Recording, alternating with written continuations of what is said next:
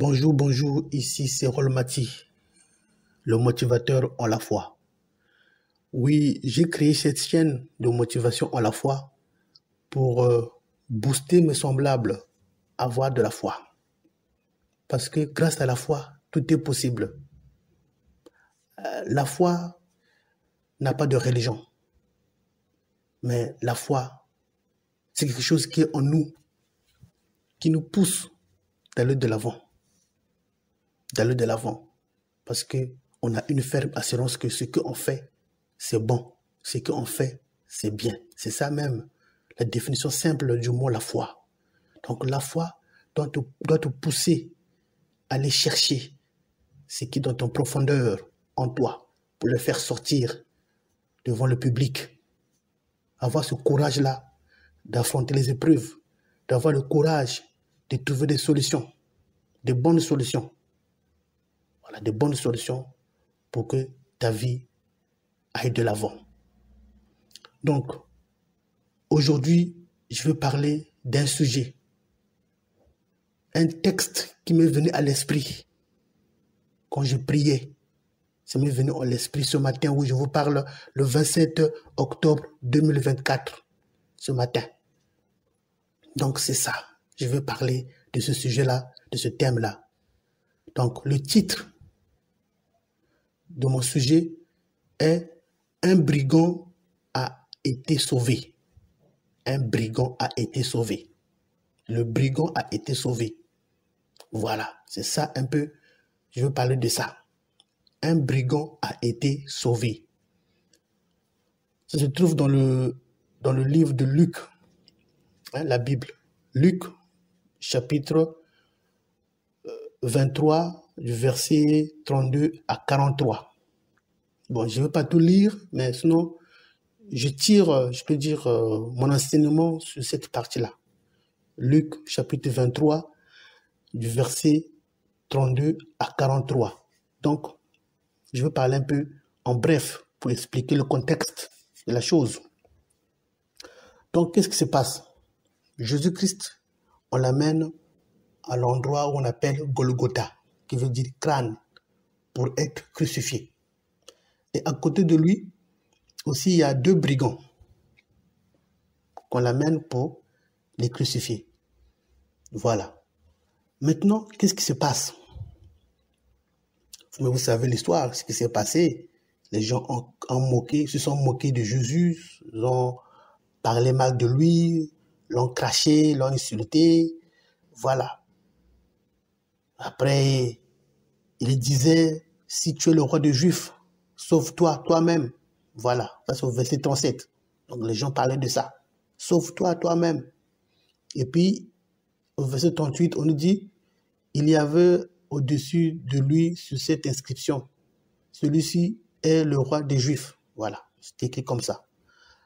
Après, au verset 39, c'est ça qui va m'interpeller, de 39 à 43, on dit, l'un des malfaiteurs crucifiés l'injuriait, disant, n'es-tu pas le Christ? Sauve-toi toi-même et sauve-nous. Mais l'autre le reprenait et disait, ne crains-tu pas Dieu? Toi qui subis la même condamnation? Pour nous, c'est juste, ou c'est justice, car nous recevons ce qu'on a mérité. On a mérité, donc ce qu'on a mérité, nos crimes. Mais celui-ci n'a rien fait de mal. Voilà. C'est que l'autre brigand a reproché.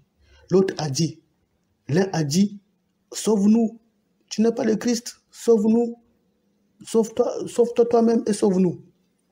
L'autre a dit, oh mais pourquoi tu dis ça? Lui au moins, il n'a rien fait. Mais nous, on a fait du mal et puis on subit ce qu'on a fait. Donc on subit. Parce que nous, on a fait du mal. Donc on doit nous châtier par rapport au mal qu'on a fait. Mais lui n'a rien fait. On le condamne. Tu vois un peu? Donc c'est ça. Cette partie-là, moi je veux un peu parler de cette partie-là. Le brigand a défendu Jésus-Christ aux dernières minutes de sa vie, aux derniers instants de sa vie. Voilà. Mais normalement, Jésus-Christ n'a pas besoin d'être comment dire, d'être défendu par celui c'est le maître des maîtres. Donc l'avocat de tous les avocats, c'est lui-même.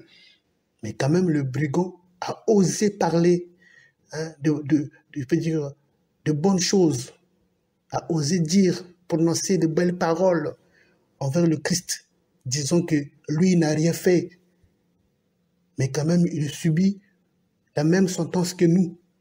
Bon, pour nous c'est justifié parce que nous sommes des bandits, on fait du mal, tout ça, mais lui il n'a pas fait mal à quelqu'un, mais quand même il subit la même sentence que lui et que nous. Voilà, donc le brigand a osé défendre Jésus-Christ. Au dernier instant de sa vie, il a osé défendre Jésus-Christ. Voilà, il a osé. Le monsieur a osé. Oser. C'est ça. Dans la vie, nous devons oser. Même si c'est dur, c'est difficile, nous devons oser. C'est un moment de la vie, on doit oser. On doit dire ce qui est bon. On doit prononcer les belles paroles envers notre voisin, notre prochain. On ne doit pas dire tout ce qui est mauvais. On ne doit pas dire les méchancetés, mais on doit dire tout ce qui est beau. Voilà, c'est ça. Et donc, il a osé dire des bonnes paroles en disant, ne crains-tu pas Dieu? Lui n'a rien fait. Mais nous, on mérite ce qu'on a sémé. Pour nous, c'est justifié. Mais pour lui, est-ce que c'est justifié? Voilà, cette partie-là, au verset 40, Luc chapitre 23, le verset 40. Il dit, mais l'autre le reprenait et disant, ne crains-tu pas Dieu, toi qui subis la même condamnation? Voilà. 41, il continue. Pour nous, c'est justice, car nous recevons ce qu'ont mérité nos crimes. Mais celui-ci n'a rien fait de mal. Voilà, Jésus n'a rien fait de mal. Le brigand, le bandit, à la dernière minute de sa vie, parle de bien de Jésus-Christ. Oh, comment la vie de quelqu'un peut changer en un instant. En un instant, en une seconde, ta vie peut changer en bien ou en mal. Voilà pourquoi il faut prononcer de belles paroles. Quelles sont les paroles que tu prononces envers tes amis, tes camarades, envers tes enfants, toi qui es papa, toi qui es maman, toi qui es époux, épouse? Quelles paroles prononces-tu envers tout ce qui t'entoure? Un brigand a été sauvé par rapport à ces paroles prononcées à la dernière minute de sa vie. Le brigand, c'est un bandit, il fait du mal. Bon, dans toute sa vie, je ne sais pas, peut-être il a entendu parler de Dieu ou de Jésus, je ne sais pas, mais quand même, lui, il était focalisé seulement à faire du mal. Il était focalisé à faire du mal. Parce que pour cela, il a été condamné. Toute sa vie, c'était seulement faire du mal, faire du mal, faire du mal, faire du mal, faire du mal. Mais à la dernière minute de sa vie, quand même, je ne sais pas si c'est l'Esprit de Dieu qui est rentré en lui. Je ne sais pas. Ou bien, question de choix. C'est ça aussi, parce qu'on doit choisir dans la vie. On doit choisir. Donc, je ne sais pas si c'est l'Esprit de Dieu qui est rentré en lui. Ou bien, peut-être, il a fait des choix. C'est pour cela qu'il a choisi cette parole-là. Ne crains-tu pas Dieu? Lui, au moins, il n'a rien fait. Mais nous, on subit ce qu'on a semé. Voilà. Donc, le brigand a été sauvé par rapport à ces paroles. Il a osé. Il a osé prononcer de bonnes paroles le dernier jour. Le dernier jour de sa mort. Voilà, c'est ça. Donc, ainsi, quand on est... Donc, ainsi, dans la vie, nous devons oser prononcer les bonnes paroles. On doit aller jusqu'au bout pour prononcer les bonnes paroles ou les belles paroles envers nos semblables, envers nos amis, envers notre famille. Très important. Quelles paroles prononces-tu envers les gens qui t'entourent? Est-ce des paroles de condamnation? Est-ce les paroles insultantes? Est-ce que les paroles de négativité ou des paroles de positivité? Combien de fois tu as déjà dit à quelqu'un félicitations? Félicitations mon frère, félicitations ma soeur. Combien de fois tu as dit ça? Combien de fois as-tu prononcé ça? Combien de fois as-tu félicité quelqu'un qui a eu, je peux dire, une promotion avec qui tu travailles, quelqu'un avec qui vous travaillez, tout ça? Combien de fois tu as déjà parlé de ça? Ah, félicitations mon frère, félicitations ma soeur. Combien de fois? Combien de fois tu as déjà dit ça? Voilà, c'est ça. Parce qu'on ne doit pas oublier qu'à la dernière minute, notre vie peut changer. À la dernière minute, notre vie peut changer. Même à une poignée de secondes, notre vie peut changer en bien ou en mal. Donc, c'est ça. Donc, le brigand, à la dernière minute de sa vie, en plus, il a eu la chance d'être crucifié le même jour avec Jésus-Christ. Il a eu la chance. Donc, il a vu le Christ face à face. Donc, lui, il était focalisé dans ses activités illicites. Tout ce qui est mauvais, tout ce qui est mal, il était là-dedans. Mais les derniers jours de sa vie, je ne sais pas si c'est un hasard, ou bien comment, ou bien peut-être Dieu l'a voulu sauver, ou bien les dernières minutes de sa vie, le mec, il est côte à côte avec Jésus-Christ. Et l'homme, peut-être, il avait entendu parler seulement. Il a entendu parler de lui, mais il n'a jamais été proche de lui, n'est jamais allé le voir, n'est jamais allé écouter ses enseignements, rien, zéro. Mais le jour-là, il était côte à côte avec le Christ. Et puis, il a prononcé les belles paroles en disant, nous au moins, on récolte ce qu'on a semé, mais lui, il n'a rien fait de mal. Voilà, c'est ça, les paroles de motivation, les paroles de foi, les paroles de courage, les paroles d'oser, oser parler, oser dire les bonnes choses, oser dire quelque chose de bien, quelque chose de réconfort, quelque chose qui va pousser la personne à adoucir son cœur. Voilà, c'est ça. Combien de fois tu as déjà adouci le cœur de quelqu'un, toi qui m'écoutes aujourd'hui, combien de fois as-tu adouci le cœur de quelqu'un? Combien de fois? Demande-toi, combien de fois as-tu parlé bien de quelqu'un? Même en son absence, tu parles bien de la personne. Combien de fois? Voilà, le brigand a été sauvé par rapport à ces paroles prononcées. C'est le thème d'aujourd'hui. Vraiment, ce thème-là m'a beaucoup vraiment touché. Quand j'ai réfléchi à ça, ça m'a beaucoup captivé. Je me suis dit, oui, c'est ça. À la dernière minute, notre vie peut changer, en bien ou en mal. L'autre brigand, sa vie a été changée en mal. Parce qu'il dit, ah, tu n'es pas le Fils de Dieu ou tu n'es pas Dieu, sauve-toi, sauve-nous aussi. Voilà. Donc, il parle avec, je peux dire, arrogance. Arrogance. Hein, il parle avec arrogance. Voilà. Tu disais que tu es le Fils de Dieu. Tu disais que, voilà, je peux dire, tu es Dieu. Sauve-toi toi-même. Après, sauve-nous. Bon, ça veut dire quoi? Voilà. Ce n'est pas de bonnes paroles, ça. Donc, l'autre brigand, il a été inspiré. Donc, c'est pour cela on doit chercher l'inspiration. Je vous invite à chercher l'inspiration. Quel que soit dans tout ce que tu fais, il faut chercher l'inspiration. Il faut d'abord se questionner. Il faut d'abord, comme on dit, tourner ta langue 7 fois avant de parler. Il faut d'abord réfléchir. Voilà. Après, l'idée va venir. Une bonne idée va venir pour pouvoir donner la joie à tous ceux qui sont autour de toi. Le brigand a été sauvé par rapport à ces paroles. Quelles paroles prononces-tu envers tes amis, envers tes frères, tes sœurs, envers tes enfants? Quelles paroles prononces-tu? Voilà. Aujourd'hui, je te demande à changer. Prononce des belles paroles envers les gens qui sont autour de toi. Les paroles de bénédiction. Papa, maman, toi qui as des enfants, prononce des belles paroles envers tes enfants. Voilà. Bénis-les. Bénis-les, donne-les la bénédiction. Ne dis pas que non, tu es idiot, tu es malade. Non, c'est pas ça. C'est pas des bonnes paroles. Il faut prononcer des bonnes paroles. Si l'enfant a fait une faute, il faut le corriger avec amour. Tu l'expliques. Ici, il faut faire ça. Ici, il faut faire ça. Il faut faire ça. Mais il ne faut pas le blâmer, après le taper, c'est pas quoi. Tu ne dis rien. Non. Blâme, après corrige, donne une leçon. Explique-lui comment on fait. Pour que la prochaine fois, il ne doit plus recommencer. Voilà. Le brigand a été sauvé par rapport à ces paroles. Vraiment, c'est très touchant cette partie-là. Très touchant, très touchant, très touchant. Oui, le brigand peut-être, il connaissait peut-être un peu Dieu. Hein? Peut-être un tout petit peu, peut-être je peux dire. Un tout petit peu. Parce que pour pouvoir dire ces choses-là, ces paroles-là que le brigand a dites, il faut connaître un peu la parole. Il faut connaître un peu certains versets bibliques. Soit même étudier un peu, lire un peu. Même, comment dire, feuilleter un peu. Hein? Voilà. Parce que pour avoir être inspiré à dire que non, ne crains-tu pas Dieu? Prononcer le nom de Dieu au moment-là, c'était quand même quelque chose de, je peux dire, d'inspirant.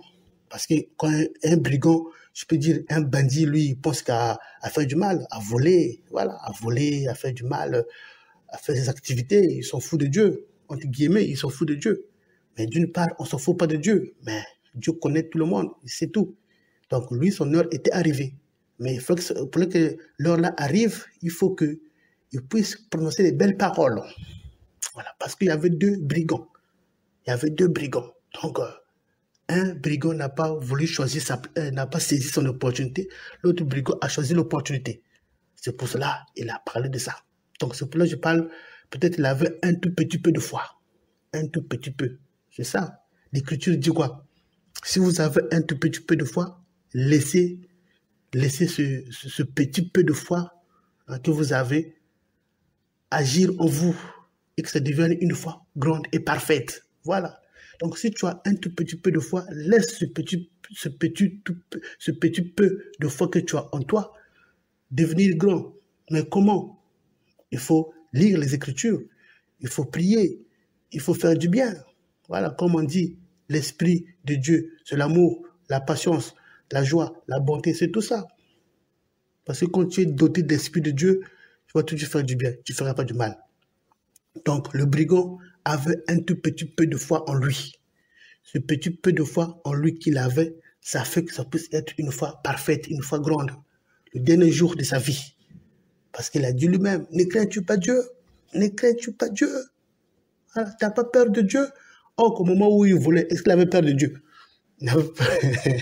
Au moment où il faisait du mal, est-ce qu'il avait peur de Dieu? Il s'en foutait.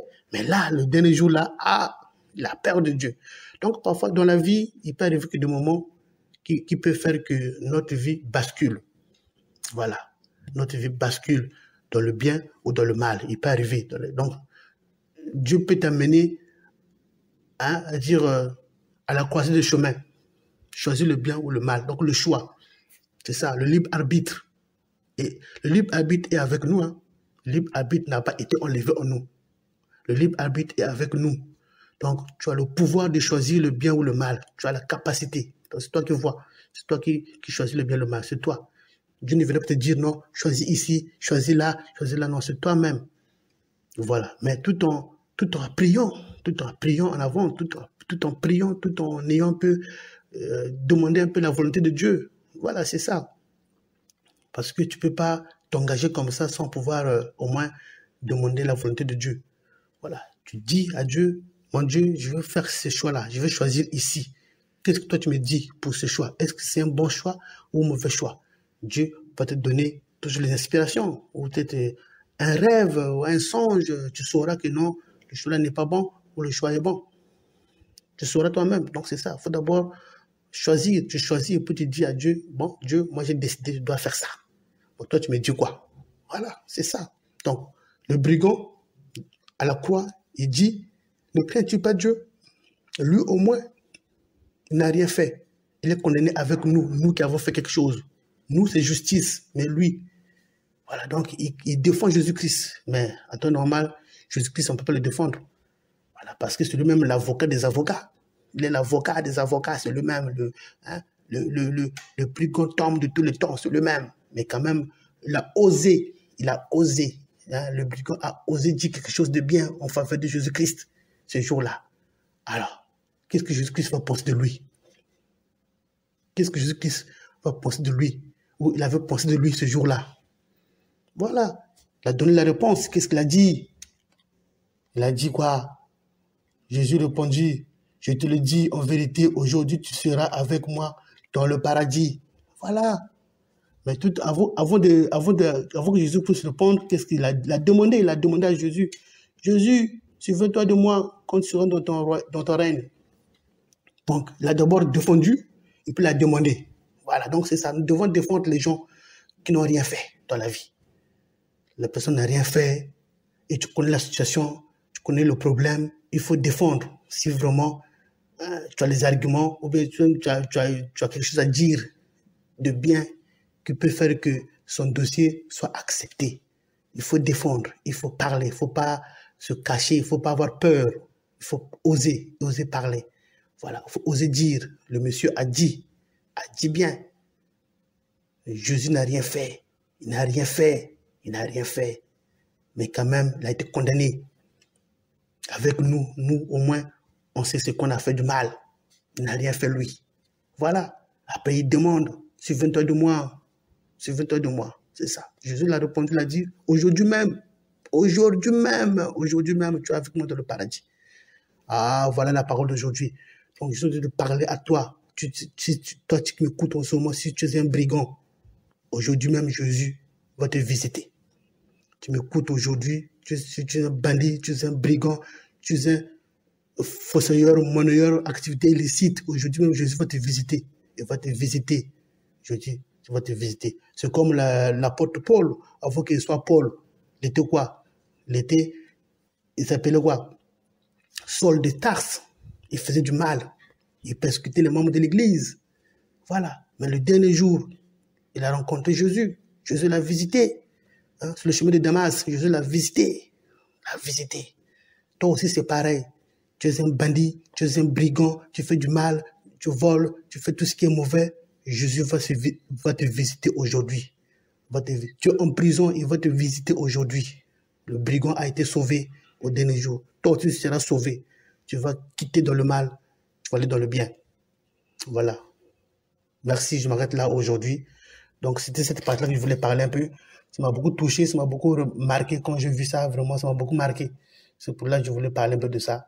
Hein, de sortir ce qui est dans mon corps, sortir ce qui est dans mon cœur. Voilà, sortir. Donc, j'ai tout sorti, j'ai tout dit.